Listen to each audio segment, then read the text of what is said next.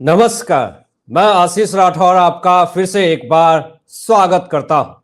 फिर से एक बार बीजेपी विधायकों ने राष्ट्रपति द्रौपदी मुर्मू से मुलाकात करके आम आदमी पार्टी के तमाम नेताओं की मुसीबतें बढ़ा दी है। जो बड़ी खबर आ रही है दिल्ली से, अरविंद केजरीवाल की सरकार को बर्खास्त करने की खबर, और दूसरी कि दिल्ली में राष्ट्रपति शासन लागू करने को लेकर के बड़ी खबर बताएंगे आपको इस वीडियो में। लेकिन इससे पहले इस चैनल को सब्सक्राइब कीजिएगा, बेल आइकन प्रेस कर लीजिएगा, और आगे एक बहुत ही इंपॉर्टेंट वीडियो भी दिखाऊंगा जिससे आम आदमी पार्टी की और ज्यादा मुसीबतें बढ़ गई है।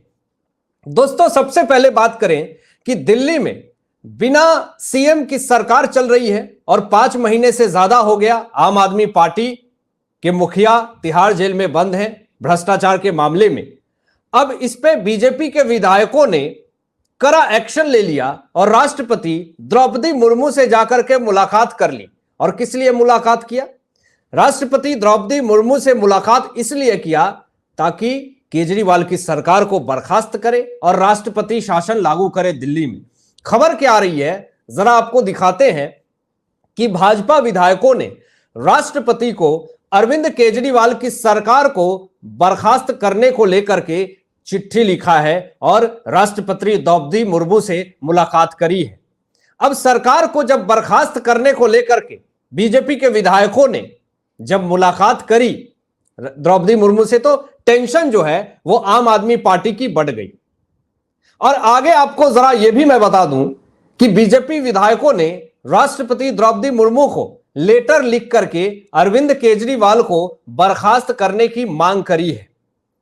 अब बड़ी खबर दोस्तों यह है कि इस चिट्ठी को राष्ट्रपति कार्यालय ने गृह मंत्रालय के पास भेज दिया है। अब इससे बहुत बड़ी समस्या जो है वो उत्पन्न हो रही है आम आदमी पार्टी की। जब तक राष्ट्रपति द्रौपदी मुर्मू के पास लेटर था केजरीवाल सरकार को बर्खास्त करने का, लेकिन जब यह चिट्ठी राष्ट्रपति कार्यालय से गृह मंत्रालय पहुंच गई है तो पहले ही अमित शाह जी की नजर अरविंद केजरीवाल की सरकार पे है। और अब जब विधायकों ने केजरीवाल सरकार को बर्खास्त करने को लेकर के चिट्ठी राष्ट्रपति द्रौपदी मुर्मू को सौंप दी, और वो चिट्ठी भी आपको मैं जरा दिखा दूं, यही है वो चिट्ठी, और इस चिट्ठी को गृह मंत्रालय तक भेज दिया गया है। यानी आम आदमी पार्टी की सरकार पूरी तरीके से खतरे में है, सरकार बर्खास्त होने के कगार पे है। तो ये सबसे बड़ी और ब्रेकिंग खबर है दोस्तों। आगे आपको यह भी बता दें कि दिल्ली में राष्ट्रपति शासन लागू करने को लेकर के क्या बड़ी अपडेट आ रही है। अब राष्ट्रपति शासन लागू करने को लेकर के आतिशी मार्लेना का क्या स्टेटमेंट आता है, जरा आप इस वीडियो में देखिए। भारतीय जनता पार्टी का एक ही काम है, चुनी हुई सरकारों को गिराने का काम। भारतीय जनता पार्टी जहां जहां चुनाव नहीं जीतती, विधायकों की खरीद फरोख्त करने की कोशिश करती है, चोर दरवाजे से सरकार बनाने की कोशिश करती है।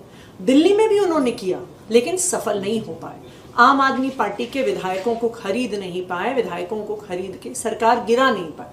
इसलिए अब उन्होंने अपना दूसरा षड्यंत्र शुरू कर दिया है, दिल्ली की चुनी हुई सरकार को गिराने का षड्यंत्र शुरू कर दिया है। भारतीय जनता पार्टी षड्यंत्र रचकर अरविंद केजरीवाल जी की सरकार गिराएंगे तो आने वाले चुनाव में दिल्ली की जनता भारतीय जनता पार्टी को मुंह तोड़ जवाब देगी।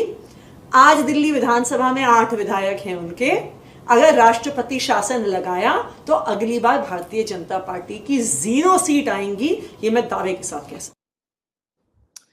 आतिशी मार्लेना ने साफ तौर पे यह स्टेटमेंट दिया कि अगर भाजपा ने दिल्ली में राष्ट्रपति शासन लागू करवाया तो दिल्ली की जनता मुंहतोड़ जवाब देगी।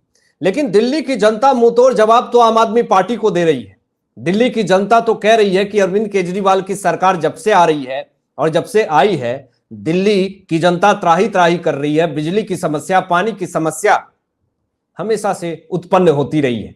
आतिशी मार्लेना कहती हैं कि बीजेपी का काम चुनी हुई सरकार को गिराना है, लेकिन जनता ने आम आदमी पार्टी को दिल्ली में चुना तो, लेकिन यह सरकार गिर रही है।